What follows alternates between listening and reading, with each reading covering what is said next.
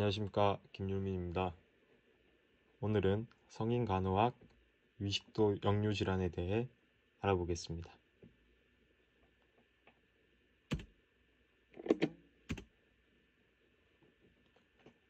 목차를 보시면 식도의 구조 및 기능, 위의 구조 및 기능, 위식도 역류 질환의 정의 및 원인, 위식도 역류 질환의 증상 및 진단, 간호중재 순입니다.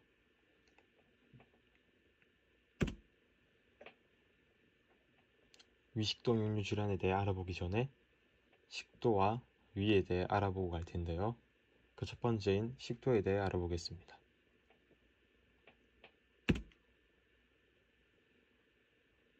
식도에 대해 알아보면 우리 몸의 식도는 길이 22에서 25cm, 지름 2에서 2.5cm, 기관과 후두 뒷면에 위치하고 점액 분비를 통해 음식물 통과를 용이하게 합니다. 여기서 중요한 점은 식도는 화학적 소화에 영향을 주지 않는 점입니다. 그리고 음식물이 삼켜지는 이 연화작용은 미주신경에서 작용합니다.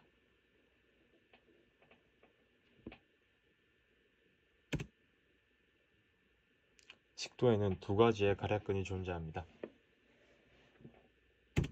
상부식도 갈약근, 하부식도 갈약근입니다. 이 하부식도 갈약근은 위와 연결되는 부위이고 평소에는 수축 상태로 음식물 역류를 방지합니다. 식도 점막을 보호하고 이완 불능증 질환 부위이기도 합니다. 다음으로는 위의 구조 및 기능에 대해 알아보겠습니다. 우리 몸의 위는 영적 1500mm, 늑골 바로 아래에 위치하고 분문, 위몸통, 유문 등으로 구성되어 있습니다. 점액 분비를 통해 음식물 통과를 용이하게 합니다. 그리고 음식물을 유미즙 상태로 만들어 저장합니다. 그리고 위에는 네 가지의 세포가 있는데요. 첫 번째, 주세포입니다. 이 주세포는 점액을 분비합니다. 이 점액은 위벽을 보호하는 작용을 합니다. 그리고 펩신오겐을 분비하는데 이 펩신오겐은 HCl에 의해 펩신으로 전환됩니다. 그 전환된 펩신은 단백질 분해에 작용합니다. 다음으로는 벽세포가 있습니다. 이 벽세포는 아까 말했듯이 펩신오겐을 펩신으로 바꿀 때 쓰이는 HCl이 분비가 됩니다. 그리고 염산, 위산이 수분 형태로 분비됩니다. 그리고 내인성 인자를 생산하는데 이 내인성 인자는 비타민 12 흡수에 도움을 줍니다. 이 비타민 12는 적혈구 생성에 도움을 주고 이 비타민 12가 부족할 경우 악성 빈혈이 올 수도 있습니다. 세 번째로는 G세포가 있습니다. 이 G세포는 유문샘에 위치하고 가스트린과 점액 분비를 합니다. 이 가스트린은 유미즙 생성에 큰 역할을 합니다. 그리고 위를 자극하여 염산과 위산을 분비합니다. 그리고 주세포와 마찬가지로 점액을 분비해 위벽을 보호합니다. 마지막으로 분문샘에서 위벽을 보호하는 점액을 분비합니다.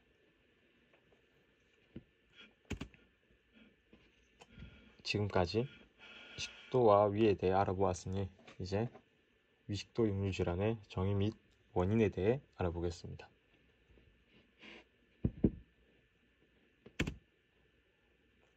위식도 역류 질환이란 내용물이 식도로 역류하여 식도 손상의 증세와 징후를 나타내는 질환입니다.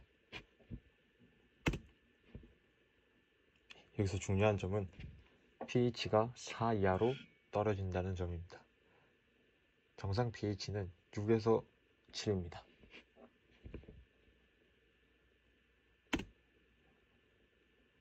이 위식도 역류 질환의 원인에 대해 살펴보면은 LS에 부적절한 이완을 줄 수 있는 기름진 음식이나 음주, 흡연, 커피, 초콜릿 등이 있고, 유문협착, 위내용물의 정체, 위액분비 과다 등으로 위내용물 증가 시 일어날 수 있고, 비만, 임신, 복수, 기침 등과 같이 복압 증가 시 일어날 수 있으며, 식도 열공 탈장도 그 이유 중 하나입니다.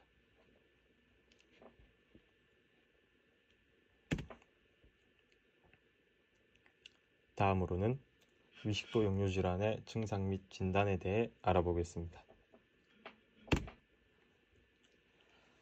이 위식도 역류 질환의 증상으로는 대표적으로 가슴앓이가 있습니다. 하지만 이 가슴앓이는 협심증과 감별 진단이 필요합니다. 가슴앓이에서 오는 타는 듯한 감각은 약 75%의 환자에게서 나타납니다.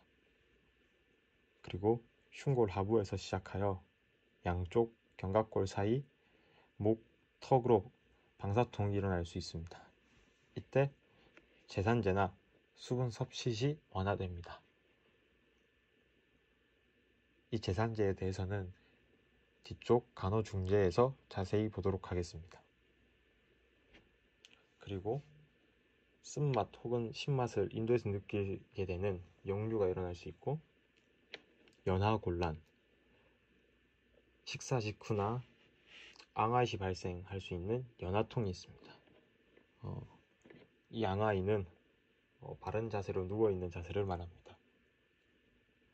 이때 제산제나 수분 섭취 시 완화될 수 있습니다.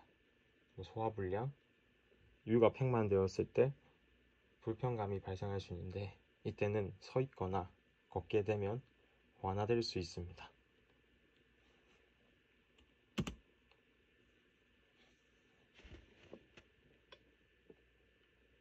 그렇다면 이 위식도 역류 질환의 진단 방법에는 무엇이 있을지 살펴보겠습니다. 먼저 전형적인 증상이 있을 경우 증상으로도 진단할 수 있고, 발음 연화 검사를 통하거나 식도경, 세포학적 검사, 위액 검사 등이 있습니다. 그리고 24시간 식도산도 감시법으로 위식도 역류의 확진 방법입니다. 정상 pH는 6에서 7이나 산역류가 있으면 4 이하로 감소하기 때문에 위식도 역류 질환을 확진할 수 있습니다.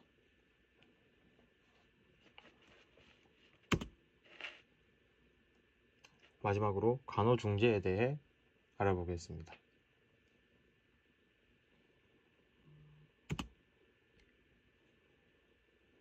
이 위식도 역류 질환에 걸렸을 때 식이관리 및 생활방식의 변화에 대해 알아보겠습니다. 먼저 소량씩 자주 섭취해야 합니다. 그리고 음식 통과를 위해 수분을 자주 섭취하고 천천히 먹고 충분히 씹는 것이 중요합니다.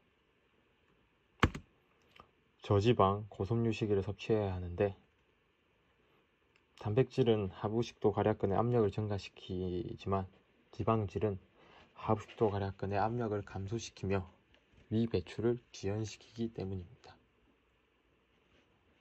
너무 뜨겁거나 찬 음식, 양념이 지나친 음식은 피하여야 합니다.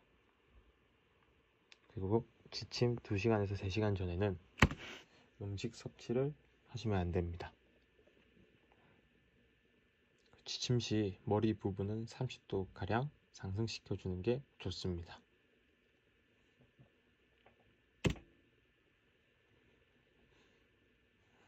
식후에는 바로 앙하이 자세를 금기합니다. 식사 후 몸을 앞으로 구부리거나 무거운 물건을 들거나 배변 시 힘을 지나치게 주지 않고 꼭 조이는 옷은 피하고, 비만일 경우 체중 감소를 시켜줘야 합니다. 이런 행동들을 계속하면은 복압 상승으로 악화될 수 있습니다. 그리고 음주, 초콜릿, 페퍼민트, 카페인 등은 제한합니다. 그 이유는 하부식도 괄약근의 압력을 감소시킬 수 있기 때문입니다. 흡연, 탄산음료, 빨대로 음료수 마시기는 금기됩니다. 그 이유는 위에 가스가 찰 수 있기 때문입니다.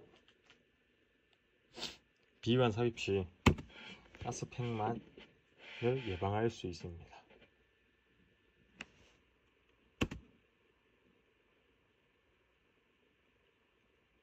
그렇다면 유식도 역류질환에 걸렸을 때 내과적 치료에는 어떤 것들이 있는지 알아보겠습니다. 먼저 앞에서 나왔던 제산제에 대해 알아보겠습니다. 이 제산제는 이미 분비된 산을 중화시킵니다. 그렇게 하여 위의 pH를 3에서 3.5로 유지하기 위하여 투여합니다. 식전 1시간이나 식후 2시간에서 3시간에 복용하고 부작용으로 경미한 변비나 설사, 트림이 있을 수 있음을 교육하여야 합니다. 그리고 히스타민 수용체 기량제인 잔탁이 있습니다. 이 잔탁은 제산제는 이미 분비된 산을 중화시켰다면 이 잔탁은 위산의 분비를 감소시키는 작용을 합니다. 다음은 위장운동 증진제가 있습니다. 위 내용물이 십이지장으로 빨리 배출되게 하므로 LES의 압력을 증가시킵니다. 다음은 부교감신경제가 있습니다. 이 부교감신경제는 LES의 압력을 강화하여 식도 역류를 예방할 수 있습니다. 하지만 이때 쓰면 안 되는 약물이 있습니다. 위식도 역류 질환일 때 항콜린계 약물은 금기되는데 그 이유는 LS의 압력을 감소시킵니다. 항콜린계 약물은 LS의 압력이 감소되면은 이 배출 속도가 연장되어 위식도 역류 질환이 악화될 수 있기 때문입니다.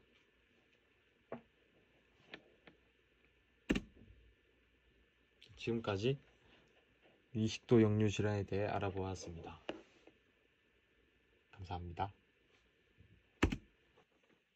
마지막으로 위식도 역류 질환에 대해 복습하는 시간을 가지고 끝내도록 하겠습니다. 수고하셨습니다.